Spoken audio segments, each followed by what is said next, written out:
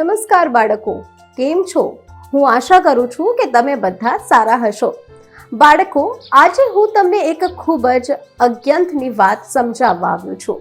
બાળકો, આપણે ક્યારેક લોભી ન થવું જોઈએ.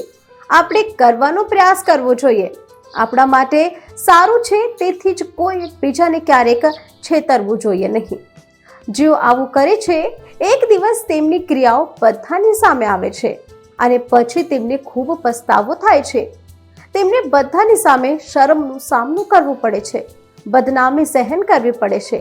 અને હા બાળકો, આજે હું તમને એક લોભી મીઠાઈ વેચનાર વાલીની વાર્તા વર્ણનો કરવાની છે. કાલુમલનો હલવાઈ સીતાપુર ગામમાં રહેતો હતો. તે બહુ જૂની વાર્તા છે.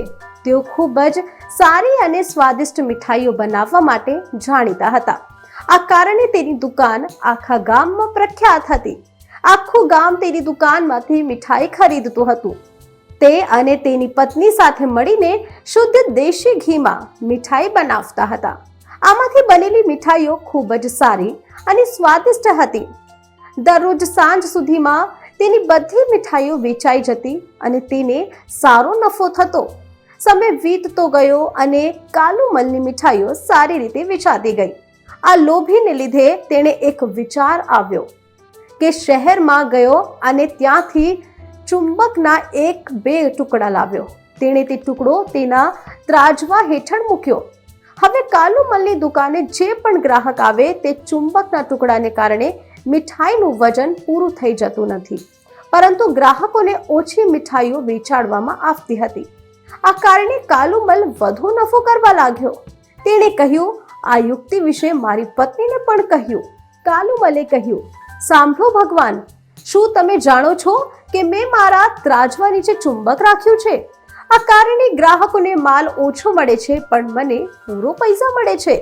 આનાથી અમને ઘણો ફાયદો થાય છે.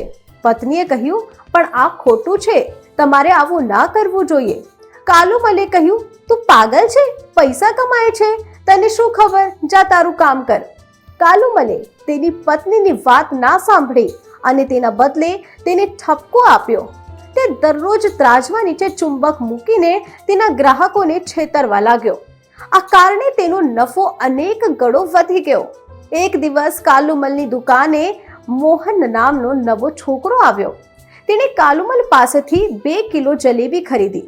કાલુમલે આને પણ ચુંબકથી ફિટ કરેલા સ્કેલ વડે તોલ્યું અને જલેબીને આપી. મોહને જલેબી ઉપાડી કે તરત જ તેને ખબર પડી કે જલેબીનું વજન 2 કિલોથી ઓછું છે. પોતાની શંકા દૂર કરવા તેણે કાલુમલને પૂછ્યું.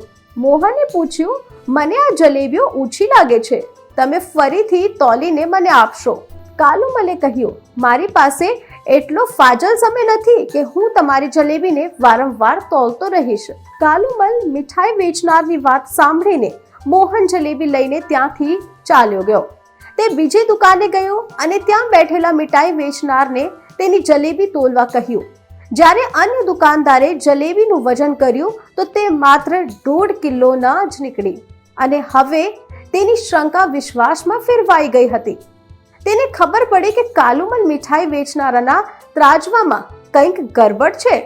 હવે ત્રાજવાની સમસ્યાનો પર્દાફાશ કરવા માટે તેણે જાતે જ એક સ્કેલ ખરીદ્યું અને તેને કાલુમલ મીઠાઈ વેચનારની દુકાન પાસે રાખ્યું. પછી મોહને તેના ગામના તમામ લોકોને ત્યાં ભેગા કરવાનું શરૂ કર્યું. લોકોની ભીડ વધતા જ તેણે ગામના લોકોને કહ્યું. મોહને કહ્યું, ગામવાસીઓ, આજે હું તમને બધાને એક જાદુ બતાવીશ. આ જાદુ જોવા માટે તમારે કાલુમલ મીઠાઈના વિક્રેતા પાસેથી ખરીદેલી સામાનને આ સ્કેલમાં એકવાર તોલવું પડશે. પછી તમે જોશો કે કાલુમલ મીઠાઈ વેચનારાના ત્રાજવામાં કેવી રીતે તોલેલી મીઠાઈઓ આ બીજા ત્રાજવામાં આપોઆપ ઓછી થઈ જાય છે. થોડા સમય પછી 1-2 લોકો મીઠાઈ લઈને મોહન પાસે આવ્યા અને તેણે પણ એવું જ કર્યું. આ પછી કાલુમલની દુકાનમાંથી મીઠાઈઓ ખરીદનાર દરેક વ્યક્તિએ મોહનના સ્કેલ પર તેનું વજન કર્યું અને જાણવા મળ્યું કે દરેકની મીઠાઈ 250 ગ્રામથી અડધા કિલો જેટલી ઓછી હતી. તો આ બધું જોઈને બધાને ખૂબ જ નવાઈ લાગી. તેની દુકાન પાસે આ બધું થતું જોઈ કાલુમલે મીઠાઈ વેચનાર મોહન સાથે ઝઘડો શરૂ કર્યો. તેણે લોકોને કહ્યું કે મોહન આ બધું ડ્રામા કરી રહ્યો છે. પોતાની વાત સાચી સાબિત કરવા મોહન સીધો કાલુમલ મીઠાઈ વિક્રેતાનો સ્કેલ લઈ આવ્યો અને સ્કેલ સાથે જોડાયેલ મેગ્નેટ કાઢીને બધાને બતાવવા લાગ્યો. આગળ શું થયું તે જોઈને ગામ લોકો ભારે ગુસ્સે થઈ ગયા. બધાએ મળીને તે લોભી મીઠાઈ વેચનારને ખૂબ જ સખત માર્યો. માર્યા બાદ કાલુમલે પોતાનો કૃત્ય પર પસ્તાવો કર્યો. તો બાળકો, મને કહો કે તમને આ વાર્તા કેવી લાગી? શું તે રસપ્રદ હતી?